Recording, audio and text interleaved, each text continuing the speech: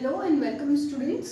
तो ये वीडियो बनाई है केमिस्ट्री फॉर बिगिनर्स के लिए। मतलब कि अगर आप बिल्कुल ही बिगिन कर रहे हैं अपनी केमिस्ट्री की जर्नी, मतलब अगर आप जस्ट 11th-12th के स्टूडेंट हैं, या आप ये समझ लीजिए कि आपको ऐसा लगता है कि नहीं, केमिस्ट्री के जो आपके बेसिक्स हैं या कोर कॉन्सेप्ट्स हैं वो क्लियर नहीं हैं, तो कहाँ से शुरुआत की जाए, है ना।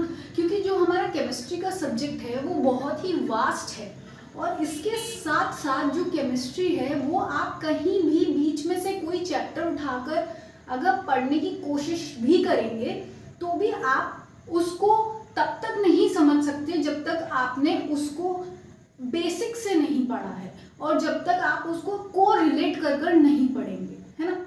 तो अब ऐसी सिचुएशन में जो मान लीजिए ऐसे बच्चे हैं जो कोर सब्जेक्ट पढ़ना चाहते हैं, कोर कॉन्सेप्ट्स पढ़ना चाहते हैं, बेसिक्स पढ़ना चाहते हैं, तो वो कैसे शुरू करेंगे।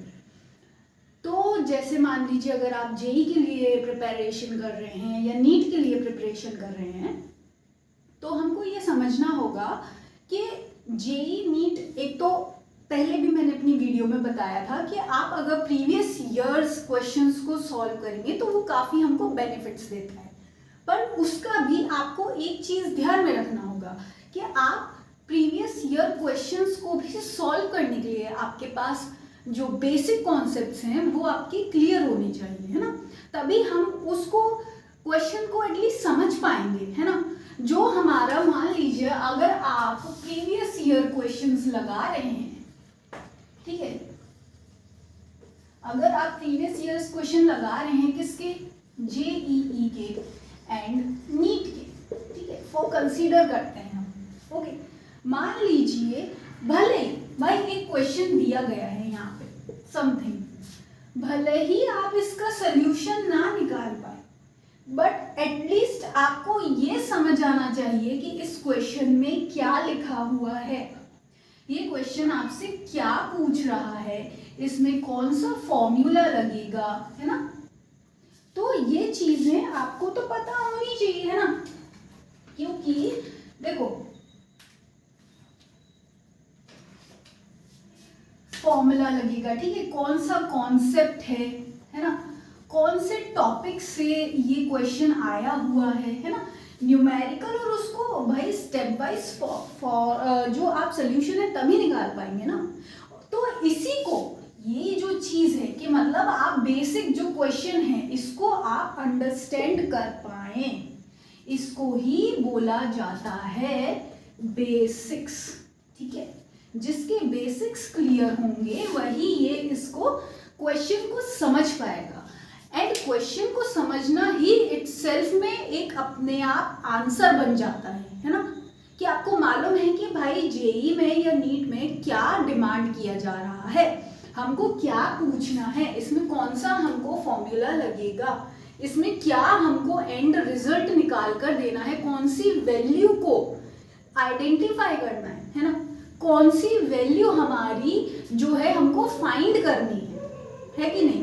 क्योंकि बेसिक्स क्या है, हमको जब भी न्यूमेरिकल हम सॉल्व करेंगे उसमें हमको कोई ना कोई वैल्यू को फाइंड करना होता है, ठीक है। ऐसे ही अगर हम कोई ऑर्गेनिक रिएक्शन करेंगे तो हमको उसमें कुछ बताना होगा कि भाई हमको कौन सा प्रोडक्ट बन रहा है या क्या एक प्रोसेस हो रहा है।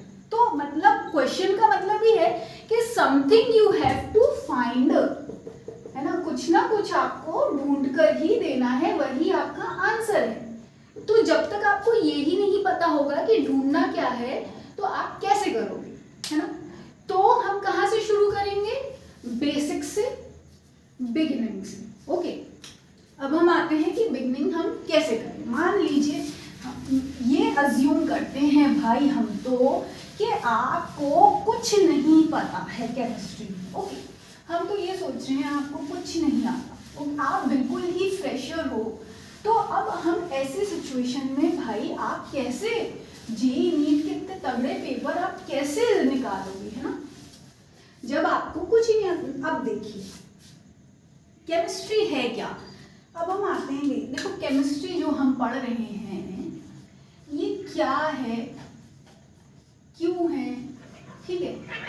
तो अब ये पहले हम इसको समझेंगे कि भाई ये है क्या और क्यों है। Okay,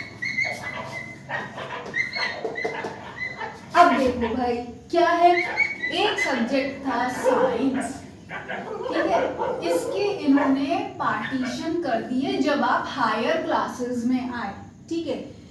for example 9th and 10th में जो भी आएगा, हम बेसिक CBSE बोर्ड की बात कर रहे हैं, तो इसके 3 पार्ट्स हो गए। एक था आपका बायोलॉजी, ठीक है, एक बन गया आपका फिजिक्स एंड दूसरा केमिस्ट्री।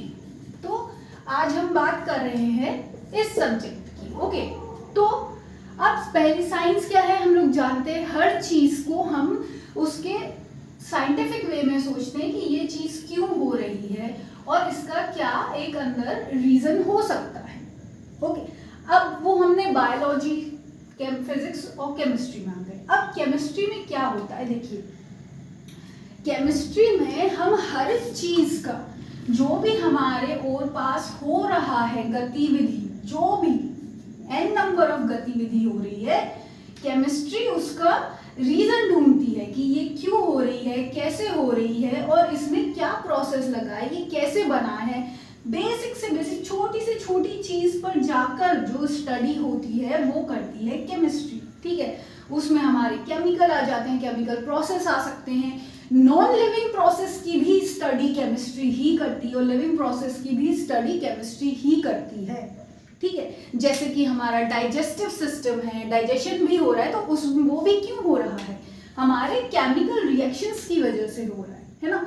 अगर बाहर कोई नॉन लिविंग थिंग भी है, if you have a table chair, चाहे वो प्लास्टिक की हो चाहे वुडन हो, वो सब भी किसका एंड रिजल्ट है, वो है केमिस्ट्री की वजह से, ओके।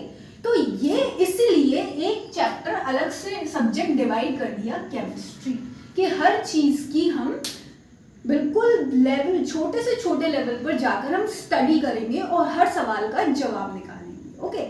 तो ये केमिस्ट्री, अब हमने ये इसका बेसिक समझ लिया कि ये इसका भाई एक डिविजनल पार्ट है। अब इसमें हम कैसे शुरुआत करें, तो अब देख, ठीक है, नेक्स्ट आते हैं हम। अब देखो क्या हुआ, कोई भी एक इंसान है, ठीक है, कोई भी एक इंसान है, मान लीजिए, इसके अराउंड क्या होता है, इसके अराउंड क्या होता है, थिंग्स, लिविंग नॉन लिविंग, है ना। हमारे और पास क्या है, हम इंसान है, हमारे और पास क्या है, थिंग्स हैं। We are surrounded by things, और थिंग्स किससे बनी है, मैटर से, तो we are surrounded by matter, ठीक है। अब मैटर क्या हो सकता है भाई, टेबल है, ओके, सोफा है, और भी बहुत सारी चीजें हो सकती है ना, टेलीविजन हो सकती है ना, और आपकी बुक्स हो सकती हैं, बुक्स हो सकती हैं, है ना। तो ये सब क्या है, अब ये जो इंसान था, इसने इन सब चीजों को देखा कि भाई मेरे और पास तो इतनी सारी चीजें, ये कारपेट है ना, तो उसने कहा कि ये सब चीजें क्यों है, किस चीज से बनी है, ये ऐसी क्यों दिख रही है, ये ऐसी क्यों है, इसका अलग टेक्सचर क्यों है, ये टेबल वुडन की क्यों है, ये टेलीविजन अलग प्लास्टिक या उसकी क्यों है ना, ये बुक्स पेपर की क्यों है। तो उसने इसके मन में बहुत सारे क्वेश्चंस आए, तो उस क्वेश्चन को जवाब ढूंढते बहुत सारे साइंटिस्ट उसके बाद किस पॉइंट पर पहुंचे कि भाई we are surrounded by matter, कि भाई जो हमारे और पास है वो मैटर है, ओके। अब मैटर को भी इन्होंने तोड़ना चालू किया कि इसके अंदर भी हम जाके देखेंगे और देखेंगे और देखेंगे और देखेंगे, बिल्कुल छोटे लेवल पर ये मैटर के अंदर स्टडी करते गए। तो इनको क्या मिला एट द एंड कि ये है एटम, ठीक है। इन्होंने बोला कि भाई जो हमारे और पास जो हमको मैटर दिख रहा है, ये किससे बना है, क्यों बना है, कैसे चलता है, क्यों ऐसा है, क्यों कुछ चीजें सॉलिड है, क्यों कुछ चीजें हार्ड है, क्यों कुछ चीजें सॉफ्ट हैं टेक्सचर में, कुछ चीजें ऐसी, है ना। तो ये सब करते करते वो एंड एक फंडामेंटल कॉन्सेप्ट पर पहुंचे कि ये एटम से बना हुआ है मैटर जो भी हमारे और पास है, ठीक है। तो ये बेसिक हमारे साइंटिस्ट्स ने स्टडी करी। अब ये जो स्टडी थी, आपको ये समझना होगा, ये है मैनी ईयर्स, ठीक है, मैनी ईयर्स की इन लोगों ने स्टडी की है, ठीक है, बहुत सालों की मेहनत से ये आपको थ्योरी मिली है, ये कॉन्सेप्ट्स मिले हैं, और उसके साथ साथ मैनी साइंटिस्ट्स लगे हैं, है ना, मैनी साइंटिस्ट्स लगे हैं।